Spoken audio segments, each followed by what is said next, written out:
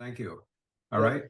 Well, again, I offer thanks to Rich for stepping forward from Hawaii Audubon to get together to do several sessions. The training session we did at Ala Moana Park for some bird ID, and then this session today. I think it will be useful for everyone who participates. I'd also like to thank Pete, who's really been the lead kind of for our CBCs here on Oahu and has run the Honolulu count for many years. Pete and I do a lot of birding together. We both lead the public tours at James Campbell and are both on the State Bird Records Committee. So we've been doing this a long time. I won't talk too long, except to say that people sometimes ask why we would do a Christmas bird count when they can go out and list things on eBird. eBird's useful. And eBird's a nice contest for people who want to be able to record what they've seen and maintain a life list or a year list or whatever. But it doesn't fulfill some of the functions that a Christmas bird count does. The real joy in a Christmas bird count is within a finite circle, it censuses all the birds that our counters are able to find and identify in a given day. And it includes all of the common species, the introduced species, all of the birds. As eBirders, people tend to chase the rare and the unusual, and a lot of the areas get under attention. So what is missed is the population dynamics of our introduced and native birds as they change area to area, year by year. So that's a key thing that CBC does, and it's fun. Over to you, Pete. Thank you. I'm Pete Donaldson, compiler for the Honolulu Christmas bird count. For background on the Christmas count as a whole, probably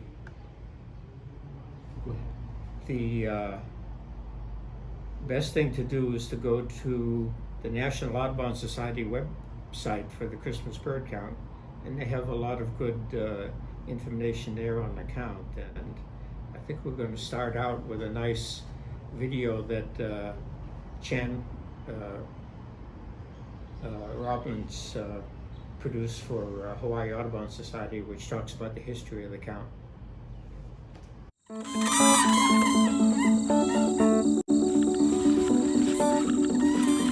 Well, my name is Chandler Robbins, and I'm 94 years old.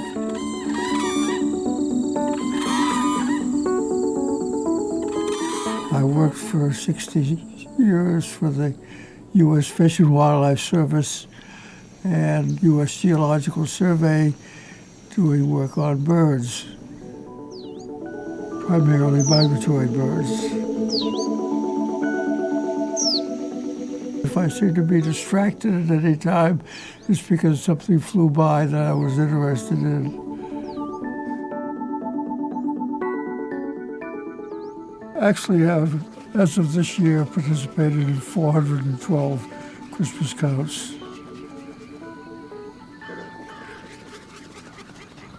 I was just watching a black vulture going by. Christmas counts started in the year 1900 by a gentleman at the American Museum of Natural History by the name of Frank Chapman.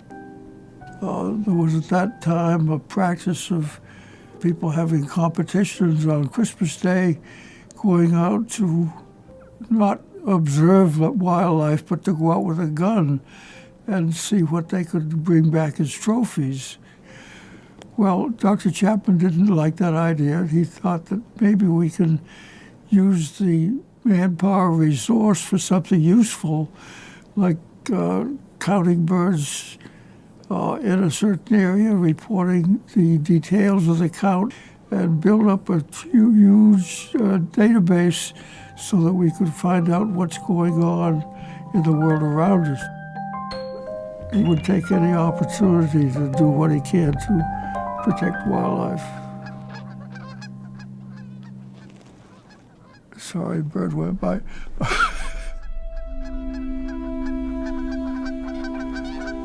If we did not have Christmas counts from the early years, we would have no firm grasp on what's happened to the bird populations over these years, because a lot of the changes take place gradually.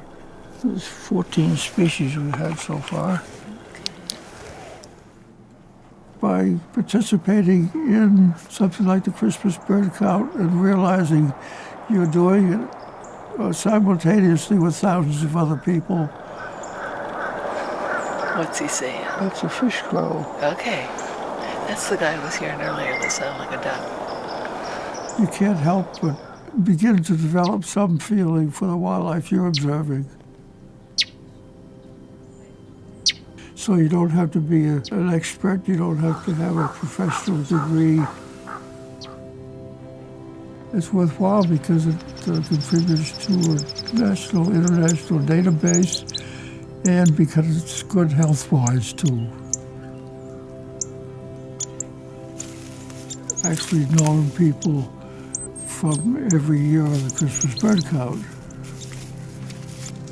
Made a lot of friends that way.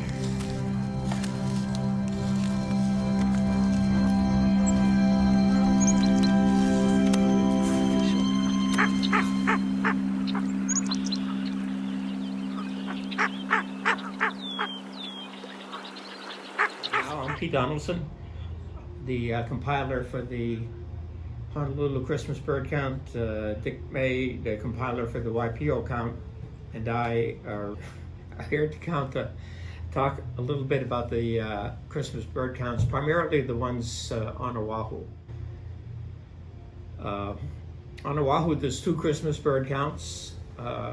They've both been taking place for quite a while. The Honolulu count is going to be a week from now on Sunday, December 17th. And the YPO count, which is the one that Dick May compiles, is going to be on December 31st, New Year's Eve. You heard Chan Robbins talk about the Christmas bird count history, which goes all the way back to 1900, which I can't really speak to from personal experience, or even back at the beginning of the counts in Honolulu. The Christmas count goes back a long ways here to 1939, which was when the first count was held on Oahu. And then the counts got interrupted. World War II intervened, and there weren't any counts until 1944. But since 1944, the Honolulu count has been done annually ever since.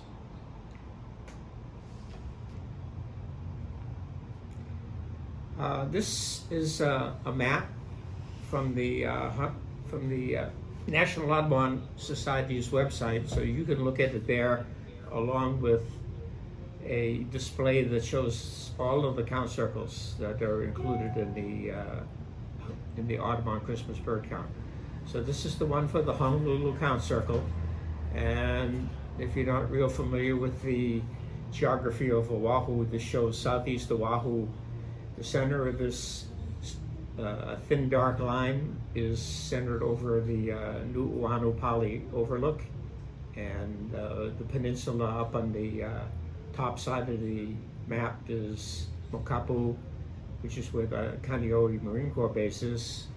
On the lower right-hand side, getting down into the East Honolulu area, Hawaii Kai.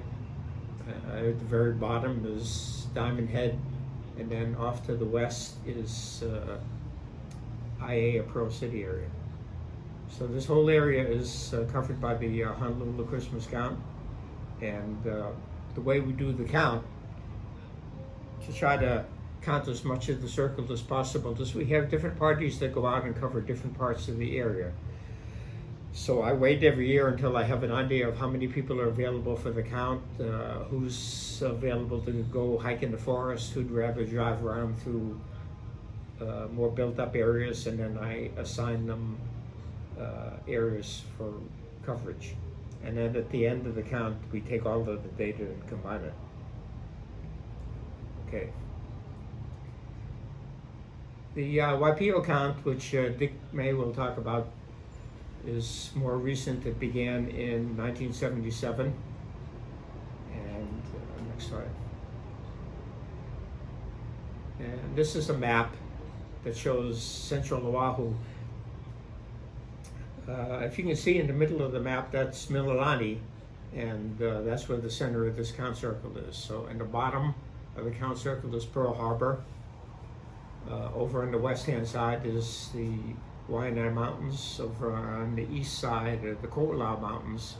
And so this count circle includes Mililani, Pearl City, Waipahu, Wahiwa, Schofield Barracks, and Wheeler Airfield, and includes some of the mountain trails in both the Ko'olau Mountains and the Waianae Mountains. Okay. There are other counts in Hawaii, and if you go to the National Audubon Society site, they have a big map that shows all of the Christmas counts. And if you look at the full map, all you can see is little dots. But if you zoom in to get a bit closer view, you can see where the counts are around Hawaii. So you can see Oahu and the rest of the main Hawaiian Islands are way off on the right-hand side of this slide. Down in the bottom there, this really isn't part of Hawaii, but that's Johnson Atoll.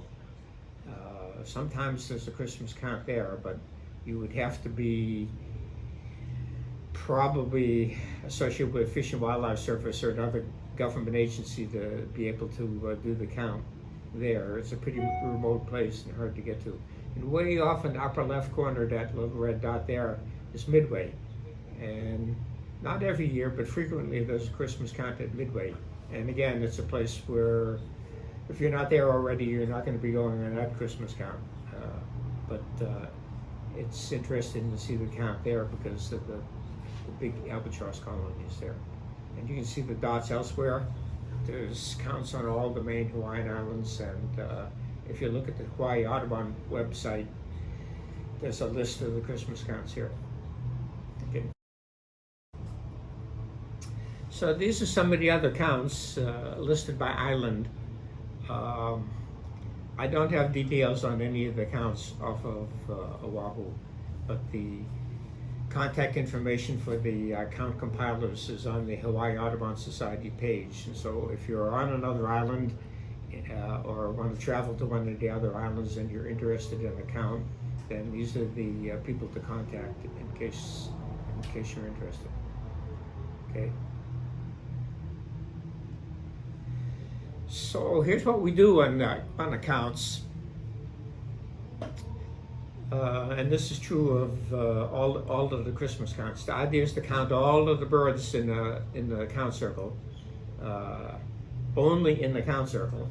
The count circles are predetermined, and some of them, like the Honolulu count circle, been in the same place a long time, and we don't like to move them because we like to have a continuous record of the changes that have been taking place there.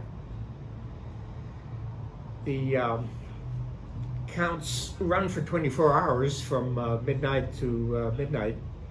I don't know of very many people who ever tried to go out and count for all that length of time. So usually people go out during the daytime, but it is possible to go out at nighttime and try to find night birds. There aren't too many owls in Oahu for us to count. I have gone out at night to do some owl counting, but not too many people do it. But if you're interested, the counts that take place at nighttime are recorded separately when we turn in the data for the counts.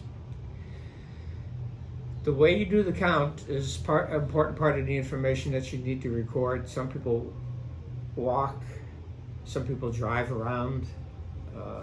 Every once in a while there are people who do counts from kayaks. We do some counts, ride around in golf carts in various areas.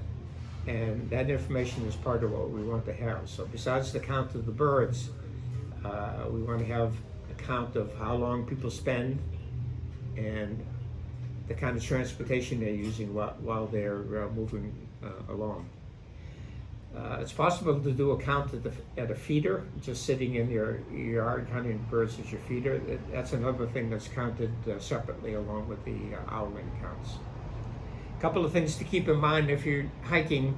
If you go up and down the trail the same way up and back, we don't want to double count the birds. So the way this is done, which is a little tricky. Count the birds just in one direction, although if you have some different species on the way back, then you can be sure you didn't count them on the way up, so you can add those to the count.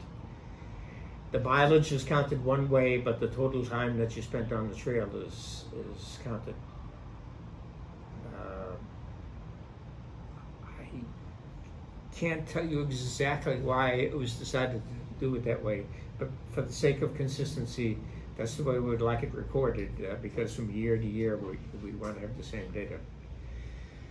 I usually send out people forms various ways. Nowadays, almost always I email the forms to people.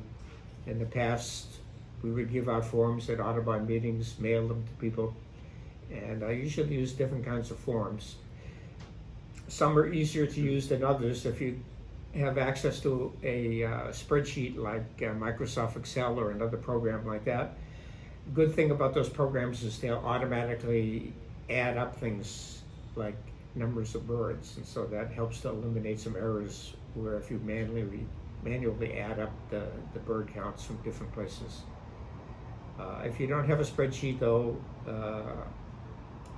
can take the data down on a piece of paper and fax it to me or mail it in, or if you're close enough, you could hand the information to me and I would still use it. We do like to have people describe how they did the count, just a short narrative, something like, I left my house in Pearl City at 7:15 in the morning, hiked up to the top of the subdivision, counting birds along the way. On the way back, I added one more species, and if you can show a map of the route that you take. Some people are going to find birds that they may have trouble recognizing. If you think you've got a rare bird, take notes on it. Try to describe it as well as you can, and if possible, take a picture of it, and then we may be able to add it to the count that way. And finally, it does cost money to compile the Christmas bird count every year.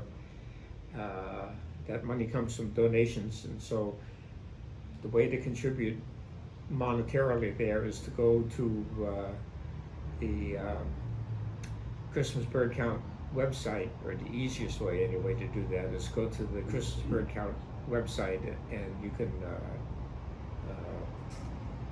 give a donation for the count that way. This is an example of form that I give to people, and through experience I know pretty much the birds that can be expected in the Honolulu count circle. And this includes most of them. Not everything that everybody's going to see is going to be on this list, but it includes most of them. So that makes it a little easier for people to have the birds that they're counting already written down on a piece of paper where they can just check off the numbers. And then the other information that's required for the count will be provided if you fill out the form here, information for the hours that you start and the distance that you covered and the different ways that you traveled and the time that you spent traveling. We try to keep track of the type of habitat that people are counting in. It's nice if you can provide that information. Usually I can figure that out though after running a count for a long time and living on Oahu for many years. I know what the habitat is in the different areas if you describe where you've done the count. And that's it. If I get this information in time before the national deadline, then I have to enter it into a database online, which is a little bit time consuming. So if you can, try to get me your data as soon as you can, because it does take a while for me to take this data and turn it into National Audubon. And that's about it, unless anybody has any questions for me.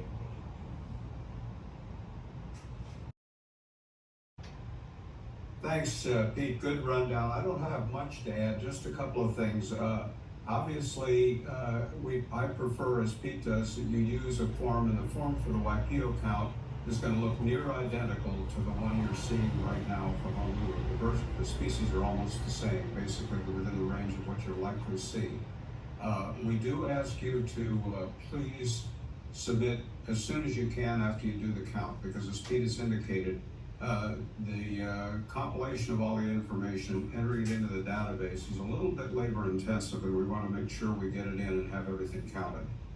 We appreciate your donations. I will, additionally, once I have our counters together, make a donation on behalf of the Waipio CBC team. So we appreciate you doing that.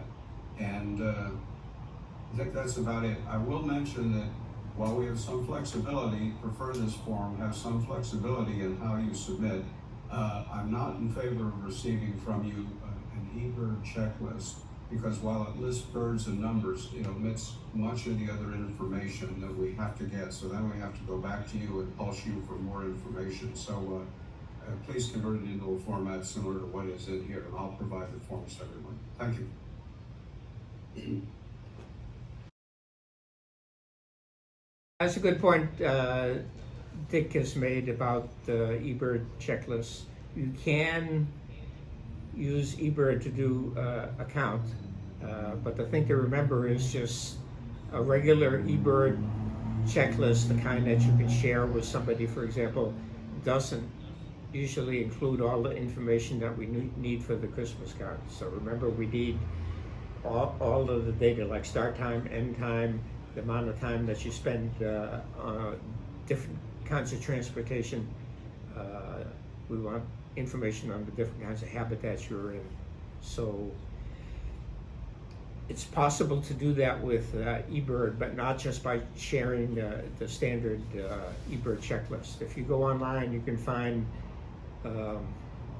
instructions on how to derive the data from the eBird checklist. And so you can take a look at that if you want to try it on eBird. But just going out and doing eBird checklist and then posting it is not going to provide the information needed for the Christmas count. Any questions for them? Yeah, I mean, how does the area get assigned? Do we express a preference? I assign the areas with the Honolulu count, and Dick assigns them for the YPO count. So we need to have people contact us and tell us that they want to go on the count. And I usually ask people what kind of areas they prefer. Or some people like to count near where they live, or other people want to go hike up in the forest. So after I figure out who's available and what areas we have that don't have people assigned, then I'll get back with them and assign areas to be covered. Great. Can I do that by email, I guess? Is that what? Mm-hmm. Okay. Yeah. Yeah, so another point I don't think we've addressed is if you've never done a Christmas bird count before, and maybe you're not real familiar with the bird species that you're maybe encountering, don't feel as though you need to sit this out. Pete and Dick will connect you or team you up with another more experienced counter, so that you can get this experience the first time out under your belt and learn what it's all about. So if you're interested in doing it, but maybe a little concerned that you can't identify all the species you might be seeing in an area, as I say, you can still be involved. So reach out to either Dick or Pete, and happy to have you all join us for the count this year.